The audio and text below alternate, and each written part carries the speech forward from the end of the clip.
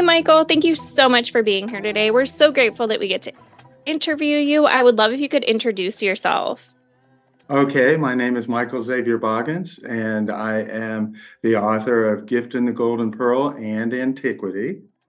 And I'm happy to be here this morning, and I appreciate you inviting me. I would love if you could tell us what your books are about. My books, at least the first two, are young adult novels, and they're about good versus evil type of scenarios and overcoming odds, fighting through difficulties, etc., that kind of thing. Amazing. What inspired you to write your books?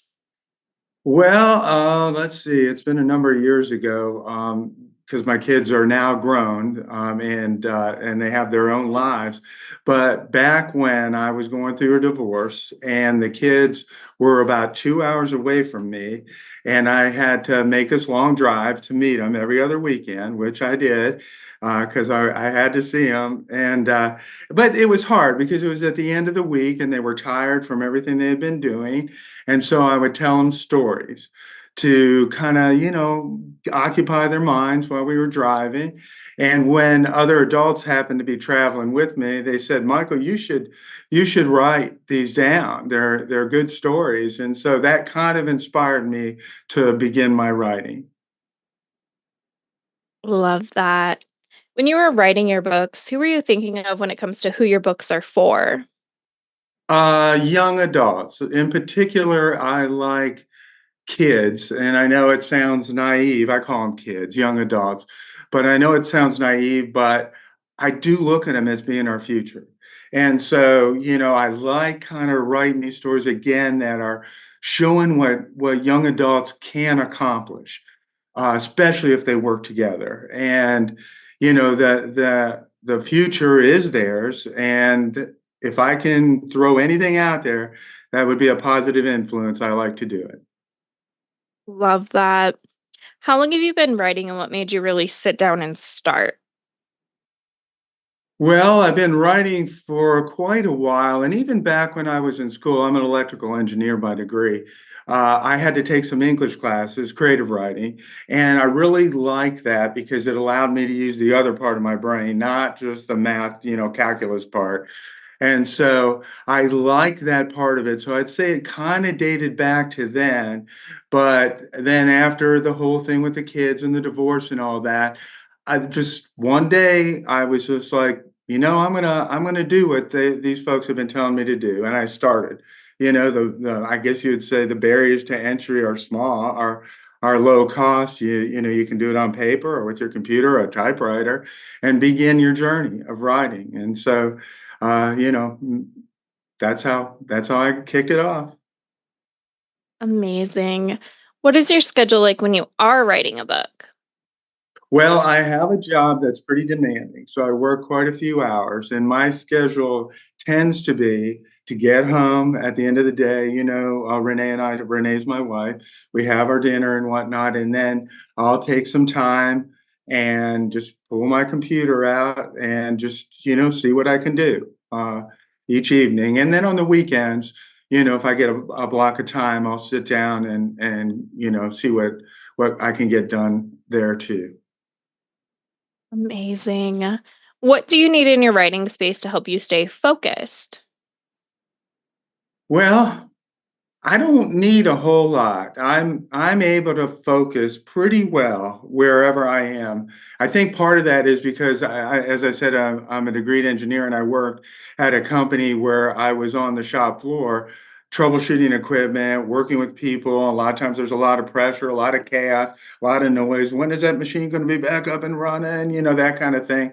And I got pretty good at focusing out all the, if you want to call it the white noise, and just doing what I had to get done. And I'm sort of the same way about my writing. I'll pull my laptop out if the TV's on, whatever. It doesn't bother me that much. I can just kind of get into it and get into my own little world.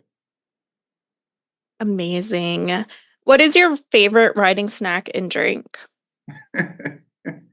Mostly I drink water, but you know, a snack, I might have a protein bar, that kind of thing. But but nothing too elaborate. I don't have a shrimp cocktail or anything. Love it. What type of books do you personally enjoy reading?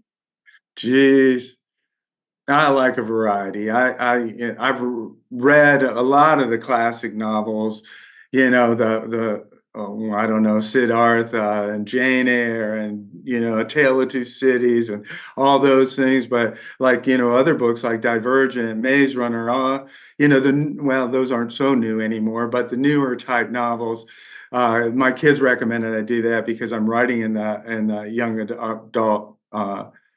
Genre. And so they said you might get some good ideas from reading those books. So I like it across the board. I also like history because I like, if history is told in the right way and it's not just about dates and whatnot, you can really, really learn and say, oh, that's how this happened, this happened, that kind of thing. So I got a pretty good palate for reading.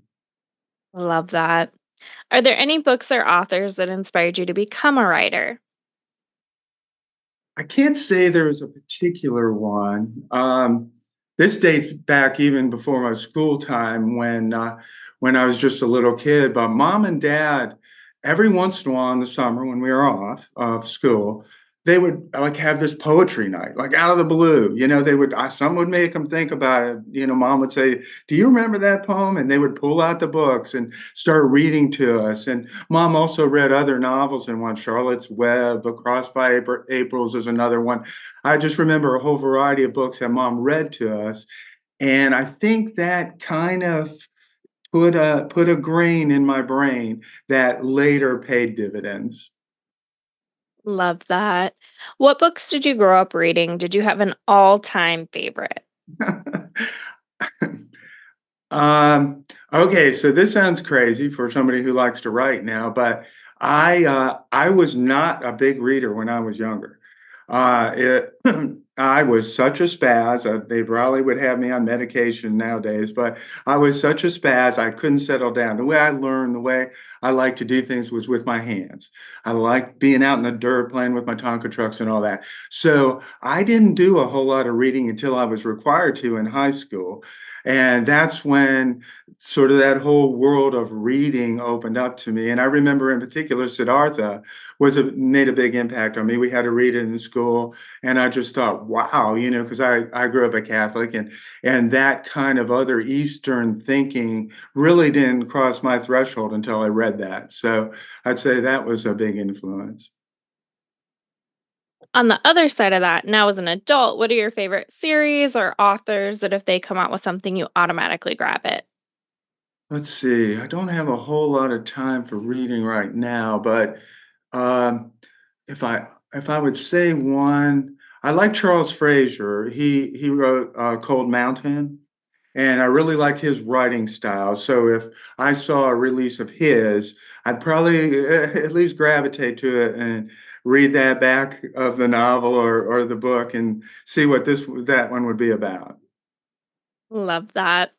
What would you tell someone just starting with reading again? with reading again. You know, the world we live in. It's all social media and 24-hour news. Something's always on a screen flashing at you, even at work. You get all these pop-ups and everything happening.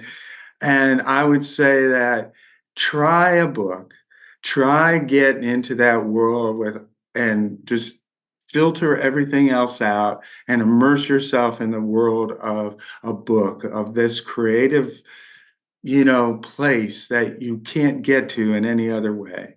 So give it a try. Love that. On the other side of things, what would you tell someone just starting to write their own book? Let's see. I guess I would say just stick with it. When I started, it's a long road. At least it was for me to from that point when I put that first word on a Word document all the way through the publishing process. And it can wear you out. And, a lot of times I get home and I'm worn out and I don't feel like writing. And I just always tell myself, Michael, just put one word down, just put two words down. And oftentimes it leads to multiple paragraphs. But if you don't get that one word going, if you just kind of go, I'm too tired, I'm not going to do it tonight, you're not going to stick with it. So I'd say just, no matter what, if you have it in your heart to put a book together, just stick with it. Love that. What's one thing that people are generally surprised to find out about you? Generally surprised to find out about me. I I guess given the nature of my books, that I am sort of a geeky engineering type because, I like that.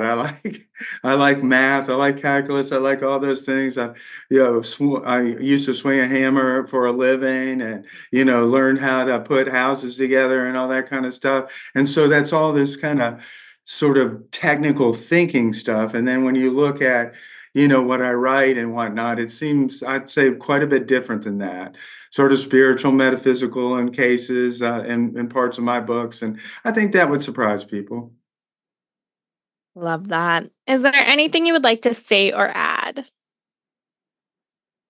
Uh No, I don't have a whole lot. I think you covered all the bases. I just wouldn't agree with you. Well, it kind of links back to what you asked me, though. Just get your nose in a book and have some fun, and even if it's the old style where you pick up a book and a paper copy and open it up and you got that little whiff of what that paper smells like, and kind of gets your brain going. I'd say just everybody out there, keep reading, keep going at it. Love that. Where's the best place for readers to find your books? I know some readers love signed copies. Is that an option and the best place to connect with you? Well, I've never done the signed copy, event type thing yet, or had just somebody send me one to ask. It's hard to get your name out there, but for now, the best place to and I would entertain that, but the best place is to go to my website. It's MichaelXavierBoggins.com. And I have my blog there, as well as you can link to my books on Amazon and such. Amazing. Well, thank you so much for being here today. We're so grateful that we got to interview you. We'll be sure to drop those links in the show notes. That way, everyone can find you. And again, thank you so much. Hey, thank you so much. I really appreciate you having me, and have a great rest of your day.